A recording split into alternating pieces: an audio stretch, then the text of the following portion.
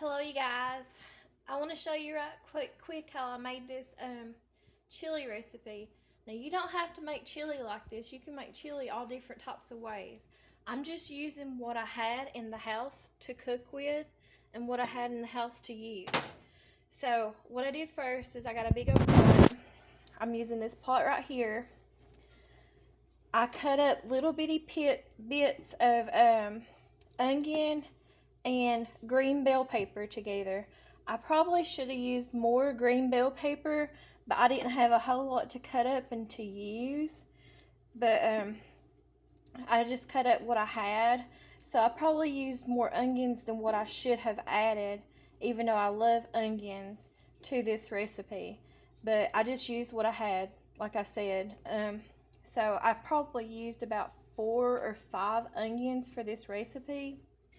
I used olive oil that I started frying it up in whenever I cut up the onions and peppers together.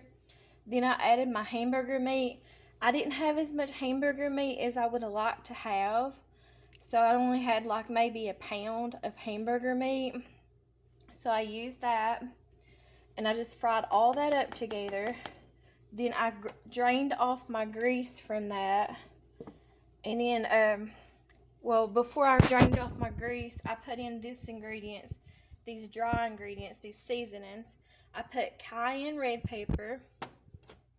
I put Tony's seasoning. I put onion powder. I put chili powder.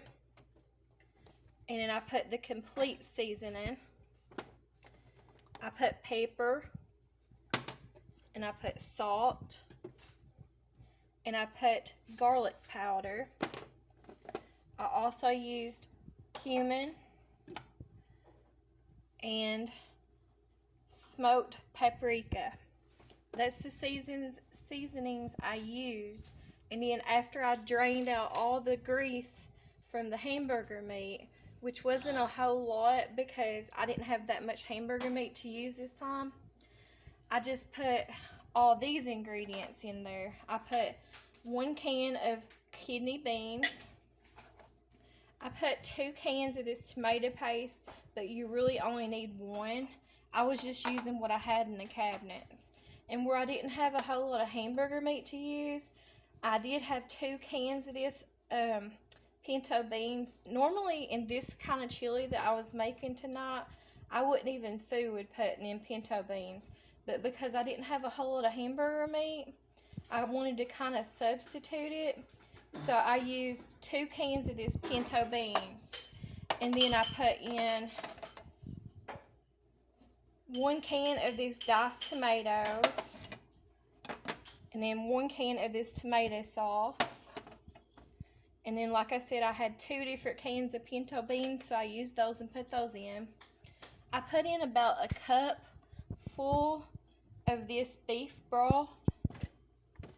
And then I didn't have brown sugar, so I put in almost like maybe about 1/3 of a cup of this just regular sugar. And then I seasoned everything again with the same ingredients, the dry seasonings that I put in before, and mixed it all together. Now I'm just waiting on it to get done.